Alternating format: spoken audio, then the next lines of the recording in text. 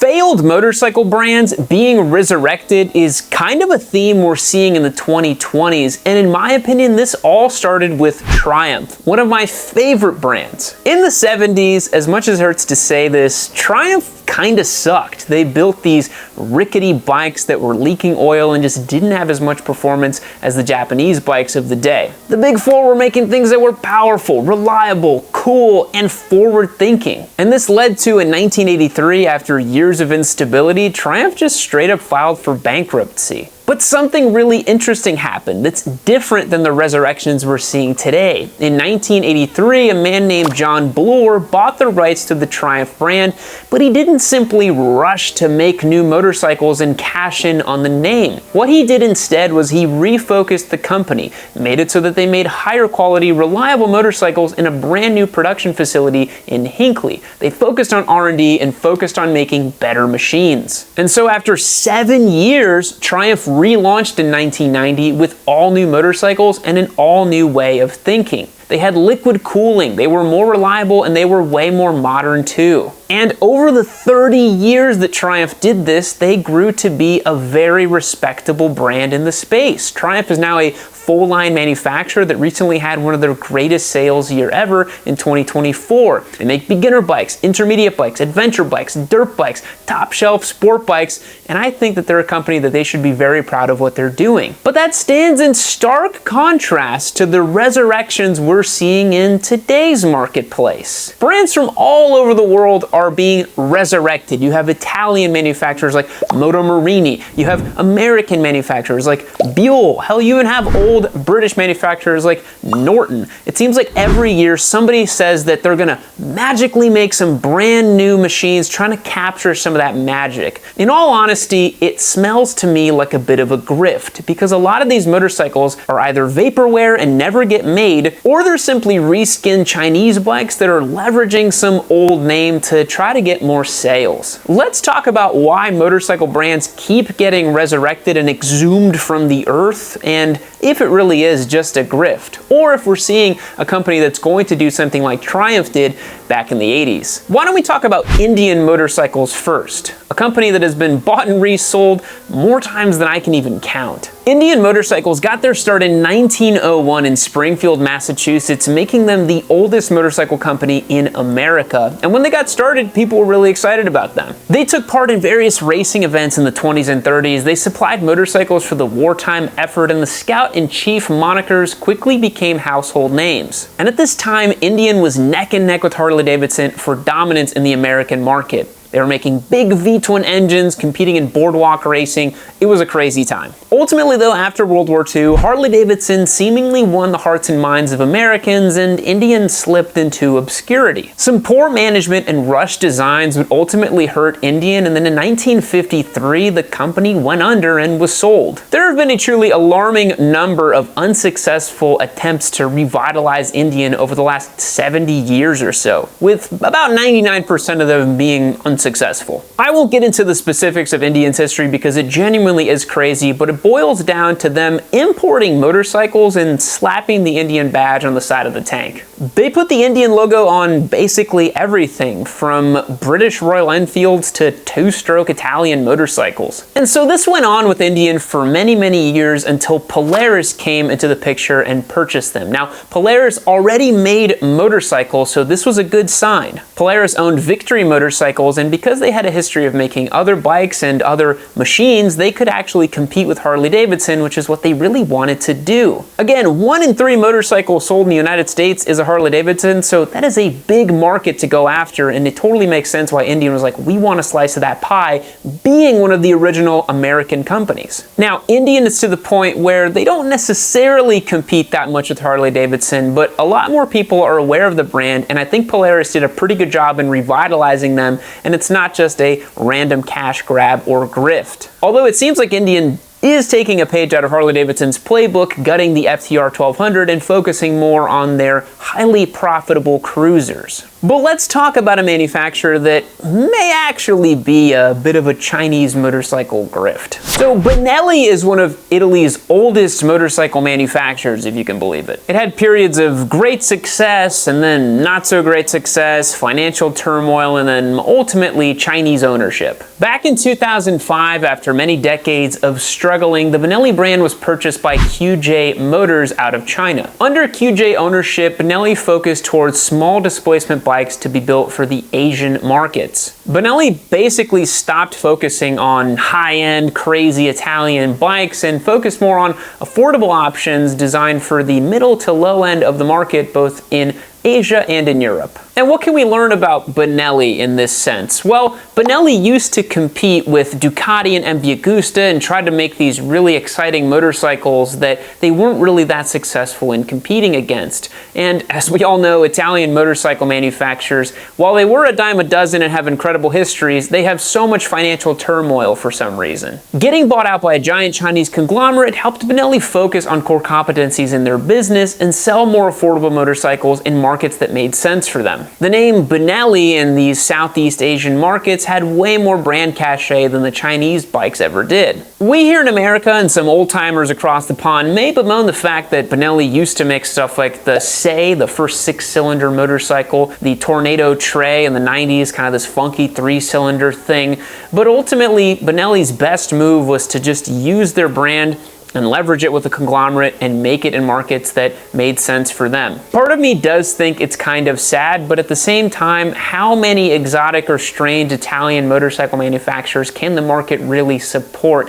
It seems like nowadays that number is maybe 3, maybe 4 on a good day. You've got Ducati, Aprilia, MV Agusta, and maybe a 4th brand that could fit in there, but that's kind of it. I think there's a bit of a bait and switch that can happen with these Chinese manufacturers making these Italian motorcycles.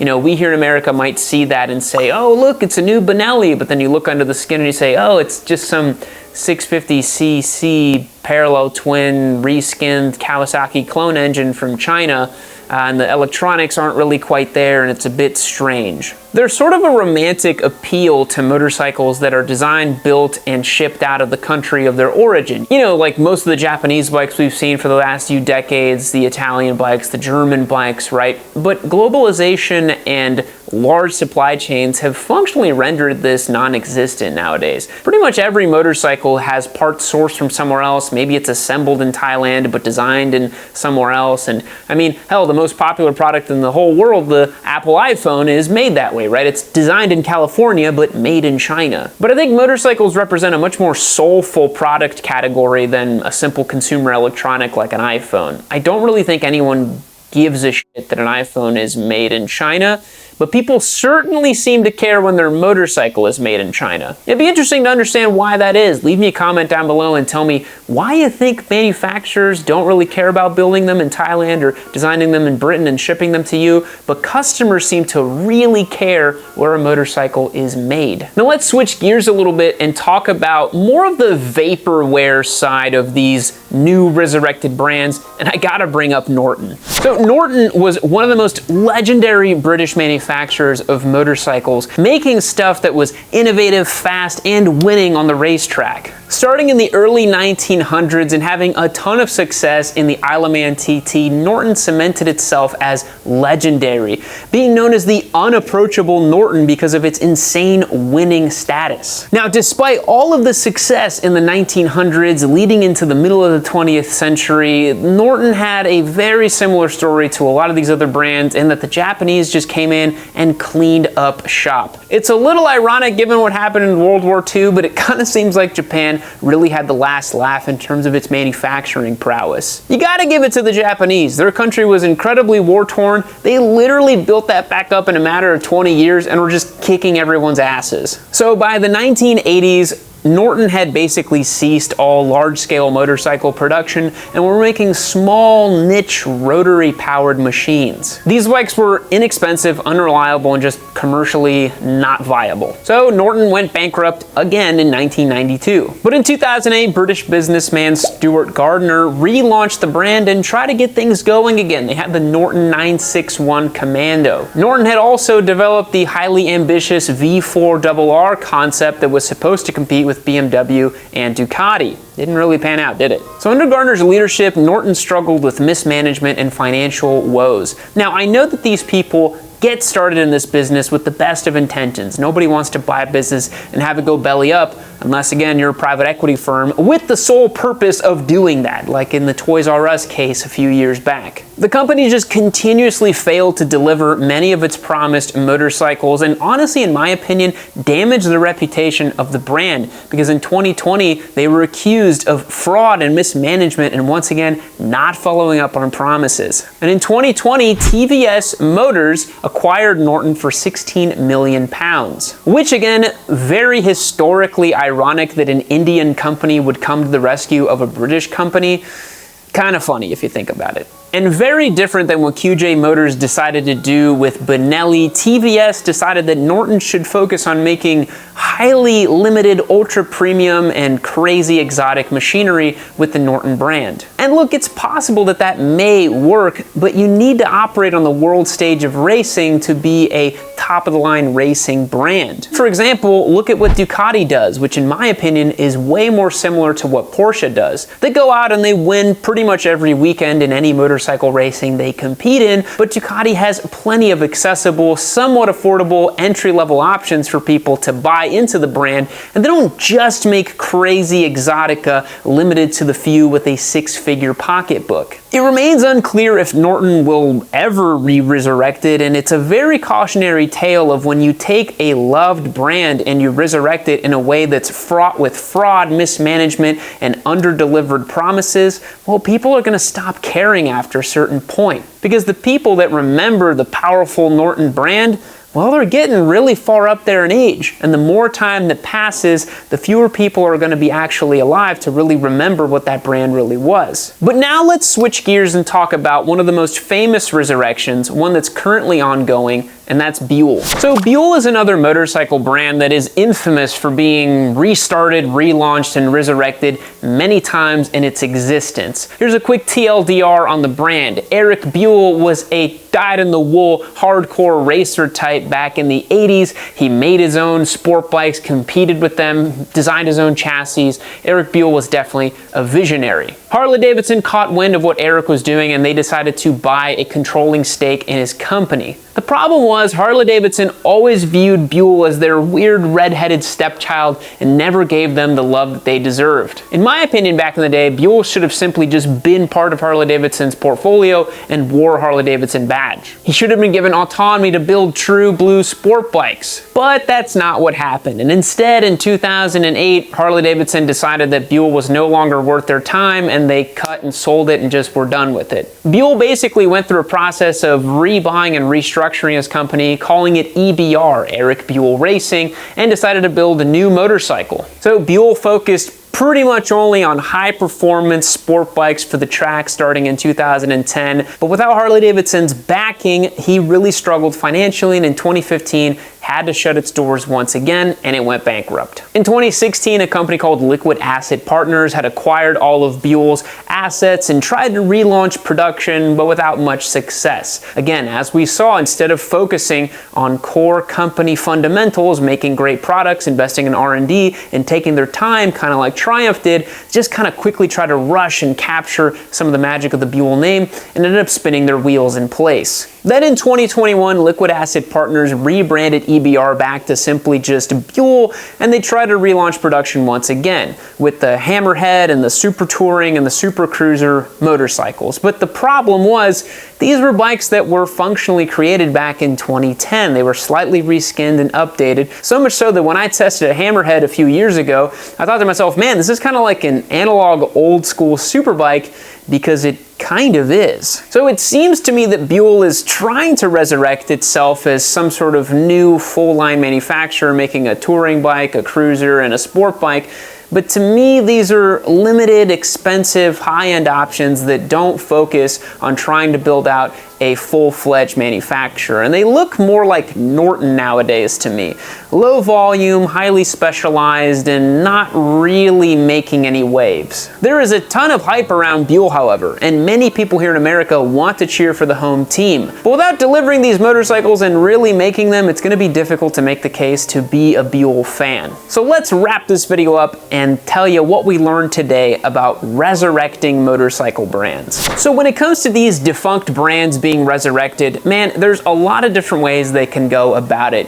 You can follow the Triumph method, where you really invest back in the company, you create amazing products, you build a long-lasting legacy, you focus on the 10, 20, 30-year timeline to when you're going to accomplish these goals, and you meaningfully resurrect the brand. You can also go the way of Indian, where you kind of resurrect it many times over the course of 50, 60 years, but ultimately you need to be bought by a company that already knows how to build motorcycles, and then you attack a very specific segment. Some of these brand resurrections, in my estimation, are clear cash grabs from the Chinese. They want to just reskin their existing motorcycles, sell them by the boatloads in markets that want to have the panache of an Italian motorcycle but don't want to pay those prices. There's nothing wrong with that, but Benelli and Motomarini, to me, are these kind of like cheaper Chinese reimaginings of an older Italian moniker, and it makes me a little bit sad to see. You could also go the way of Norton or even Buell, where you kind of get started, you relaunch the brand, but then it doesn't really work, and then ultimately you have to focus on being